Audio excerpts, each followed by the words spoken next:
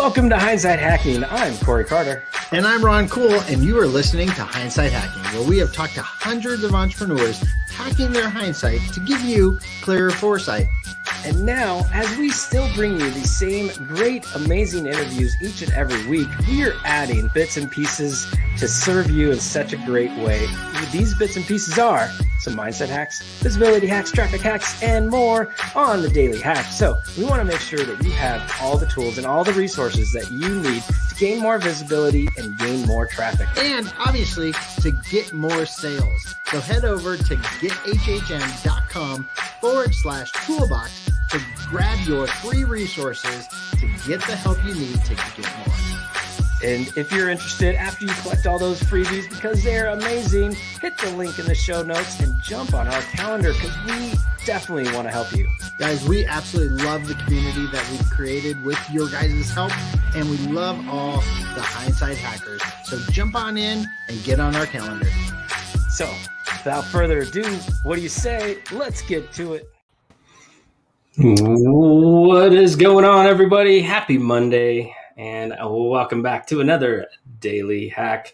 I am super excited to share this one because I know you and I, Ron, are doing this activity today.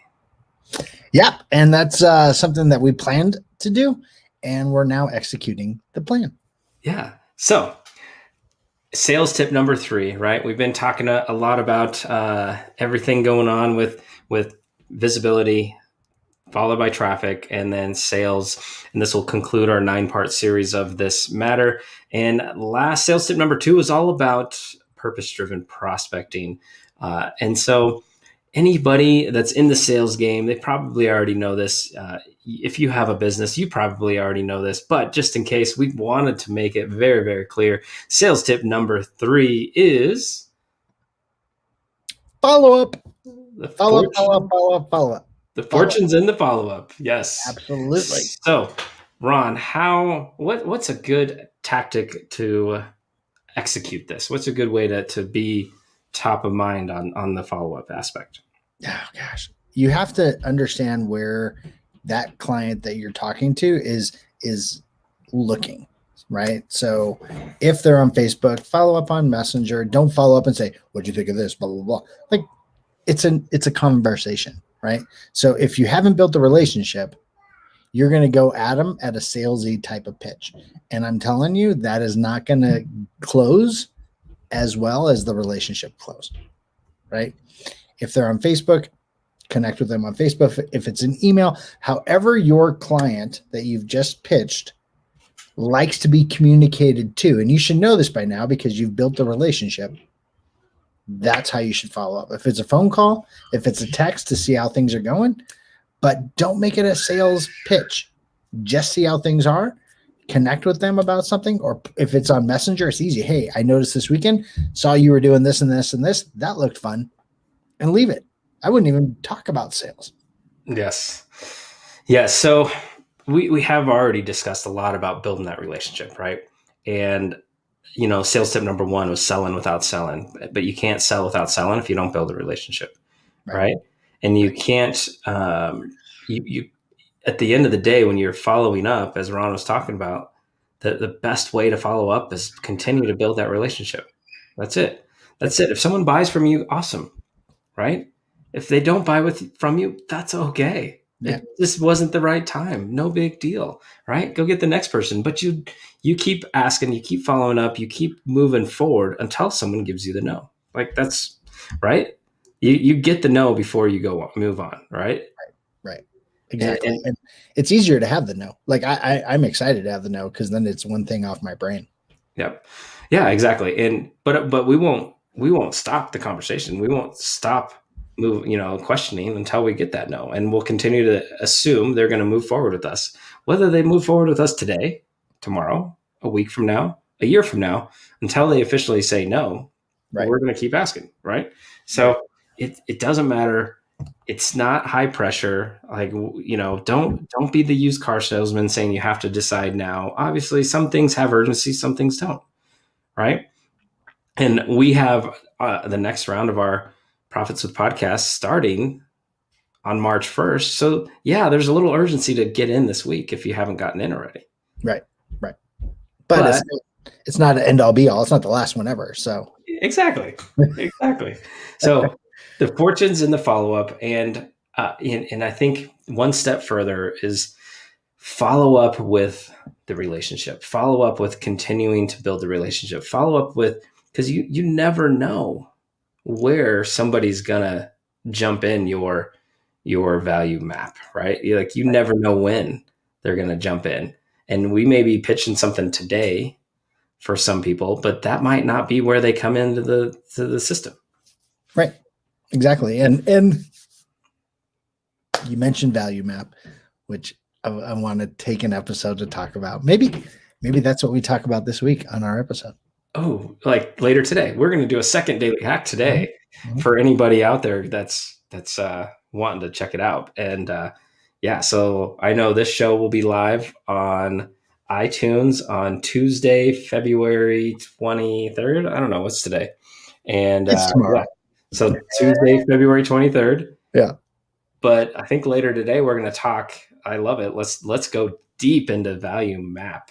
Right. But a value map is worthless if you have zero follow-up. So you mentioned something that at the start of this, Ron, about we had planned in our to do today to actually do follow-up. So how do you recommend the whole sales process is from when you reach out to somebody to the actual follow-up? Yeah. So some people I reach out the next day, after the proposal. Some I give it, it depends on the size of the proposal and the relationship you've built. Right. So if I know they're not trying to do something for a month or so, I'll probably wait 3 or 4 days before I follow back up with an actual conversation around the actual quote. Right. I'm going to follow up throughout just to be around, but nothing about the quote. Okay. Yeah. How do you make sure you don't forget? Like this is I guess calendar. You got a calendar stuff, man. That's where I was driving. Dude, I live on the calendar. If you haven't listened to the show and haven't learned that I am a calendar person, go back and listen to the show. Like everything's on the calendar.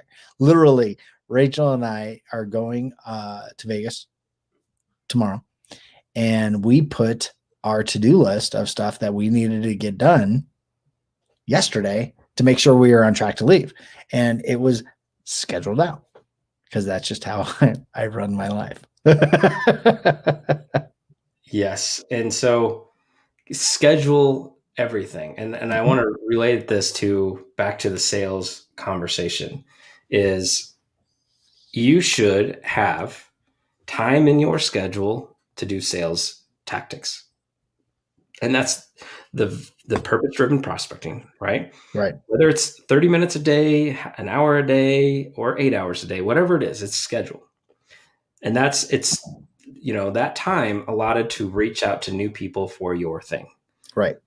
And then there should also be time in your day, and this is more how I would work, 30 minutes for follow-up. I'm not I stress and struggle with reaching on the follow-up just random times. But if you put it on my calendar to actually follow up, and so we might make a pitch today, let's just say at 2 p.m. Right. And again, depending on the relationship, if we're going to follow up within one day, then it's going to fall into, I'm going to follow up at around 10 a.m. on Tuesday. Mm-hmm. Or I'm going to follow up around 10 a.m. on Wednesday, right? Like it's the way I personally work better with that and not forgetting is to have it in that kind of format where it's, again, it's scheduled, it's planned. And whenever you have a proposal, whenever you have a new person that you're going to reach out to for prospects, right? It falls into that same type of time frame that you can reach out consistently and effectively. Absolutely. And the more you can be disciplined in your schedule, the more you'll accomplish what's on your schedule. And and we've talked about this too. It's one schedule. One schedule. Don't have a written schedule, a calendar, calendar over here, another calendar for business, another calendar for personal, because you'll overbook yourself and you'll just stress yourself out for no reason. Have one calendar, color coded different things, and move on. And so question. Do you know from experience of how that happens? Because I know I do. I do. Oh, absolutely. Jeez. So don't make our mistakes, everyone. Just have the one schedule, get it all into that, color code it how you can, and make sure you have appropriate times scheduled for everything. So, all right.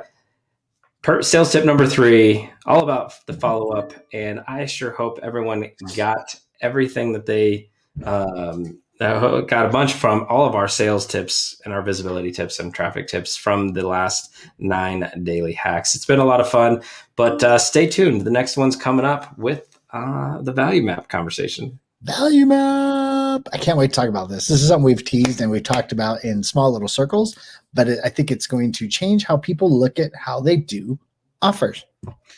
Absolutely. All right. Thanks so much, guys. Talk to you soon. Bye, guys. All right, everyone. Thank you so much for listening. I hope you had as much fun as I did. And you know what?